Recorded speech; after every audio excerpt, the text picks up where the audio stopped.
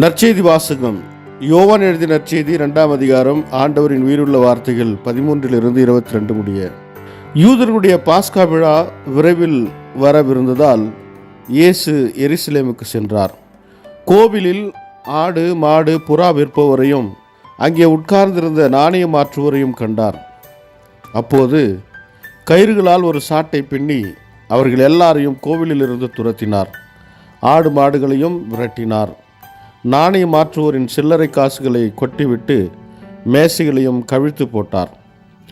அவர் புறா விற்பவர்களிடம், இவற்றை இங்கிருந்து எடுத்து செல்லுங்கள், என் தந்தை இல்லத்தை சந்தையாக்காதீர்கள் என்று கூறினார். அப்போது அவருடைய சீடர்கள், உம் இல்லத்தின் மீதுள்ள ஆர்வம் என்னை எரித்துவிடும் என்று மறைநூலில் எழுதியுள்ளதை நினைவு கூர்ந்தார்கள். யூதர்கள் அவரை பார்த்து, இவற்றையெல்லாம் செய்ய உமக்கு உரிமை உண்டு என்பதற்கு நீ காட்டும் அடையாளம் என்ன என்று கேட்டார்கள். இயேசு மறுமொழியாக அவர்களிடம், இக்கோவிலை இடித்து விடுங்கள், நான் 3 நாளில் இதை கட்டி எழுப்புவேன் என்றார். அப்போது யூதர்கள், இந்த கோவிலை கட்ட 46 ஆண்டுகள் ஆயிற்றே, நீர் 3 நாளில் இதை கட்டி எழுப்பி விடுவீரோ என்று கேட்டார்கள். ஆனால் அவர் தம் உடலாகிய கோவிலை பற்றியே பேசினார். அவர் இறந்து உயிருடன் எழுப்பப்பட்ட போது அவருடைய சீடர் அவர் இவ்வாறு சொல்லியிருந்ததை நினைவு கூர்ந்து மறைநூலையும் இயேசுவின் கூற்றையும் நம்பினர். இது வாழ்வு தரும் கிறிஸ்துவின் நற்செய்தி. கிறிஸ்துவே உமக்கு புகழ். ಯೋಹಾನ ಅಧ್ಯಾಯ 2 ವಚನ 13 22 ಆಗ ಯೆಹೂದ್ಯರ ಪಸ್ಕ ಹಬ್ಬ ಬಹು ಸಮೀಪವಾಗಿತ್ತು. ಆದ್ದರಿಂದ ಯೇಸು ಜೆರುಸಲೇಮಿಗೆ ಹೋದನು. ದೇವಾಲಯದಲ್ಲಿ ಜನರು ದನ, ಕುರಿ ಮತ್ತು ಪಾರಿವಾಳಗಳನ್ನು ಮಾರುತ್ತಿರುವುದನ್ನು ಯೇಸು ಕಂಡನು. ಇತರ ಕೆಲವು ಜನರು ಮೇಜುಗಳ ಸಮೀಪದಲ್ಲಿ ಕುಳಿತುಕೊಂಡು ಹಣ ವಿನಿಮಯ ಮಾಡುತ್ತಿದ್ದರು ಮತ್ತು ವ್ಯಾಪಾರ ಮಾಡುತ್ತಿದ್ದರು.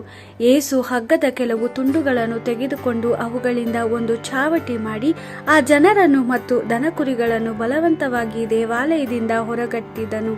ಯೇಸು ಮೇಜುಗಳನ್ನು ಕೆಡವಿ ಹಣ ವಿನಿಮಯ ಮಾಡುತ್ತಿದ್ದ ಜನರ ಹಣವನ್ನು ಚೆಲ್ಲಿದನು. ಪಾರಿವಾಳಗಳನ್ನು ಮಾರುತ್ತಿದ್ದವರಿಗೆ, ಇವುಗಳನ್ನು ಹೊರಗೆ ತೆಗೆದುಕೊಂಡು ಹೋಗಿರಿ, ನನ್ನ ತಂದೆಯ ಮನೆಯನ್ನು ವ್ಯಾಪಾರ ಸ್ಥಳವನ್ನಾಗಿ ಮಾಡಬೇಡಿ ಎಂದು ಹೇಳಿದನು.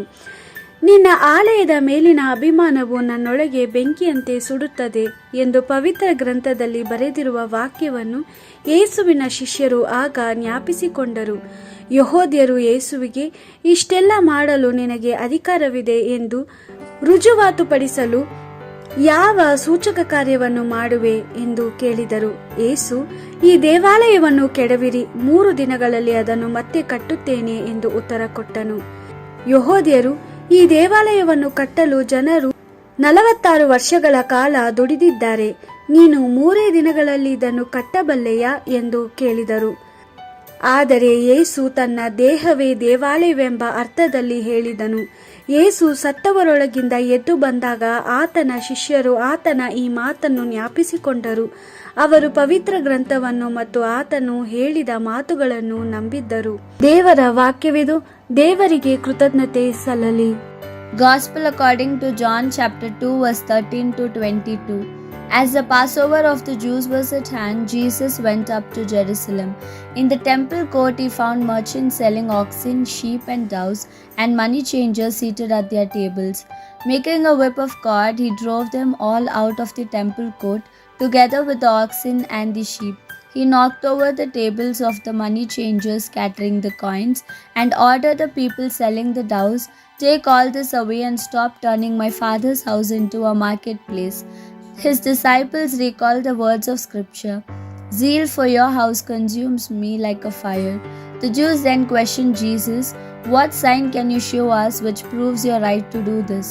And Jesus said, "Destroy this temple, and in 3 days I will raise it up." The Jews then replied, "The building of this temple has taken 46 years, and you will raise it up in 3 days?" Actually, Jesus was referring to the temple of his body. Only when he had risen from the dead did his disciples remember these words. Then they believed both the scripture and the words Jesus had spoken. The Gospel of the Lord.